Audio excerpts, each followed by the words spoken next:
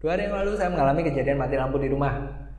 Dan setelah saya cek, ternyata problemnya ada di dalam rumah. Ada salah satu kabel yang konslet yang menyebabkan MCB-nya turun. Hanya saja saya tidak tahu kabel mana yang konslet karena ini di dalam tembok semua. Dan karena permasalahannya di dalam rumah, maka saya harus memanggil seorang tukang listrik independen untuk membantu menyelesaikan masalah ini. Saya pun mendapat referensi tukang listrik dari teman saya. Dan ketika saya kontak, beliau berjanji akan datang untuk segera menyelesaikan masalah ini. Singkat cerita, beliau pun datang. Setelah berjam-jam mengecek sana sini, akhirnya beliau menemukan konsletnya di sini, dan dia menyelesaikan dengan memperbaikinya. Selesai diperbaiki, kita mencoba, semuanya berjalan lancar, tidak ada MCB yang turun, dan akhirnya tiba saat pembayaran.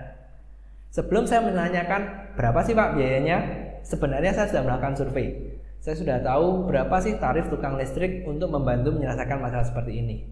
Hanya saja, karena kasus ini adalah urgent, saya butuh cepat karena tidak mungkin saya menunggu berhari-hari tanpa lampu di rumah, maka saya sudah menyiapkan budget yang lebih yang di atas dari tarif rata-rata tukang listrik.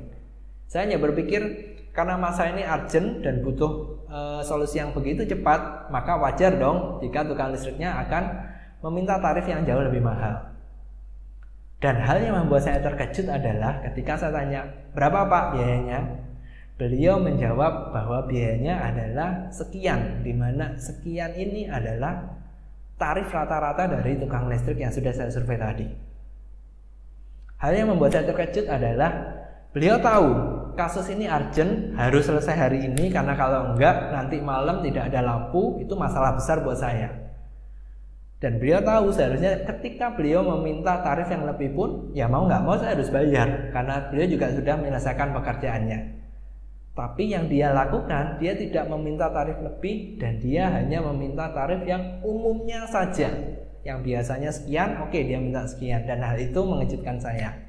Kenapa? Ya di awal saya sudah menyiapkan budget yang lebih banyak, tapi ternyata asumsi saya salah. Dia hanya meminta tarif yang wajar.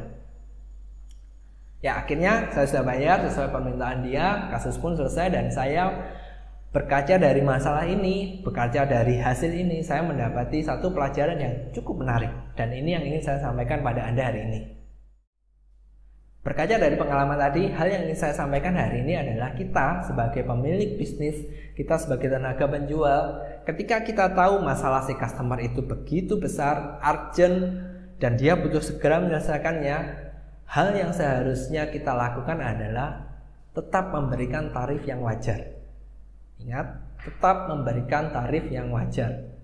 Meskipun kita tahu nih, itu masalahnya begitu besar, kita bisa, seandainya kita mau, kita bisa men-charge dengan tarif yang begitu mahal, mungkin 3-4 kali lipat. Tapi hal yang seharusnya kita lakukan, hal benar yang harus kita lakukan adalah menetapkan tarif yang wajar. Kenapa? Ada beberapa penyebabnya. Alasan yang pertama adalah kita perlu repeat order dari dia. Bayangkan seperti ini. Masalahnya besar, kita menyelesaikannya, tapi kita meminta tarif yang begitu banyak, begitu besar. Waktu itu si customer tentu akan dengan senang hati membayarnya. Ya karena dia butuh, karena itu urgent. Tapi bagaimana jika kemudian esok harinya atau di masa mendatang si customer tahu bahwa hal yang kita charge, tarif yang kita berikan tidak wajar dan sangat-sangat mahal. Apa yang dipikirkan customer? Tentu dia akan kecewa karena dia merasa kita menipunya. Hasilnya tidak akan ada repeat order dan ada kemungkinan dia akan menceritakan hal buruk tentang kita. Dan hal ini berarti masalah besar untuk bisnis kita. Jadi hal yang pertama adalah kenapa kita perlu menerapkan tarif yang wajar adalah untuk jangka panjang bisnis kita.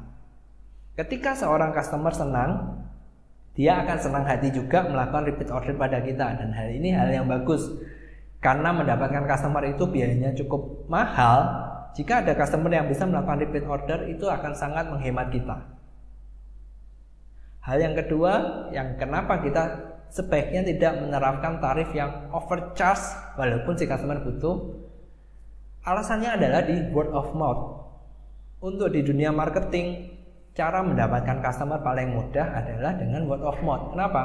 Seperti saya tadi, saya mengontak bapak tukang listrik tadi karena referensi teman saya. Bisa nggak saya cari di Google, saya cari di internet tukang-tukang listrik yang lain? Bisa, jawabannya banyak sekali. Tapi kenapa tidak saya lakukan? Karena saya nggak percaya. Saya lebih percaya referensi dari teman saya ketimbang saya mencarinya di Google yang entah bener enggak, pintar enggak, kita nggak tahu. Tapi ketika seseorang mereferensikannya kepada kita dan kita mengenal orang yang mereferensikannya, tentu kita akan lebih percaya. Padahal hal itu juga tidak menjamin apakah kualitasnya baik atau tidak. Nah, poin pentingnya adalah di referensi. Coba bayangkan lagi. Ketika kita menemukan customer ini masalahnya besar, dia urgent, kita menyelesaikannya dan kita tidak mengenakan overcharge yang berlebihan, tentu si customer akan senang, akan percaya pada kita.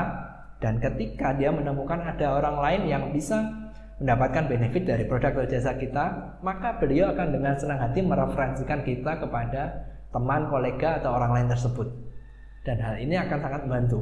Tapi seandainya kita menerapkan charge yang begitu tinggi dan kembali si customer ternyata sadar kita overcharge, kita mengambil untung yang tidak wajar, apakah dia akan mereferensikannya kepada temannya? Tentu jawabannya tidak. Dan hal ini akan mengurangi pemasukan kita, akan menambah biaya kita untuk melakukan branding dan marketing. Jadi poin yang ingin saya sampaikan hari ini adalah meskipun kita tahu bahwa si customer kita memiliki masalah yang begitu berat, masalahnya ini sangat urgent dan kita bisa menyelesaikannya, bukan berarti kita bisa mengenakan tarif yang berlebihan. Ingat, jangan overcharge, kenakan tarif yang sewajarnya. Lalu apakah hal ini berarti kita tidak bisa mengambil profit yang besar? Bisa, kita bisa mengambil profit yang besar, tapi dengan cara kita juga memberikan value yang besar pula. Semakin tinggi profit yang Anda inginkan, hal yang harus Anda lakukan adalah memberikan value yang sama tingginya juga. Ketika customer mendapati value-nya begitu besar, dia tidak akan kecewa ketika dia tahu bahwa profit kita pun juga besar. Tapi, jika dia tahu kita mengambil profit yang begitu besar yang tidak wajar hanya karena kita memanfaatkan kesempatan, ini akan jadi masalah. Kenapa? Seperti yang sudah saya sampaikan, ada dua hal. Yang pertama, ketika orang tahu dia merasa dipermainkan, ditipu, dikenakan hal yang nggak wajar, dia tidak akan mau repeat order. Dan yang kedua, ketika dia tidak puas dengan kita, maka dia tidak akan mereferensikan kita kepada orang lain.